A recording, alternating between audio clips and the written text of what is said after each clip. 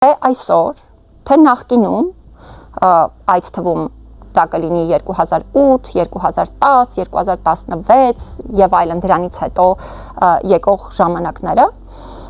իրականում Հայաստանում եղել են եւ կան բազմաթիվ ազատությունից զրկված անձինք, ում ազատությունից զրկելը բազմաթիվ հարցեր է առաջացնում։ Եվ դարձյալ որևէ կերպ չմիջամտելով դատարանների գործունեությանը, որևէ կերպ չմեկնաբանելով դատական ակտերը, երբ այսքան հարցեր է առաջացնում մարդկանց ազատազրկումը եւ օրինակ ունենք ազատազրկումների այդքան մեծ թիվ հատկապես կալանք խափանման միջոցի կիրառման տեսքով եւ ի վերջո այս տարիների կտրվածքով այս հարցերին պատասխաններ չի տրվում, սա շատ խնդրահարույց իրավիճակի մասին է խոսում եւ իմ կարծիքով սա այն ոլորտն է, այսինքն ազատությունից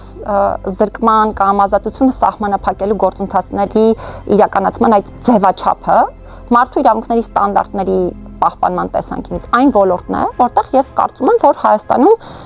այս ամբողջ տարիների կտրվածքով շատ քիչ են զարգացումներ եղել։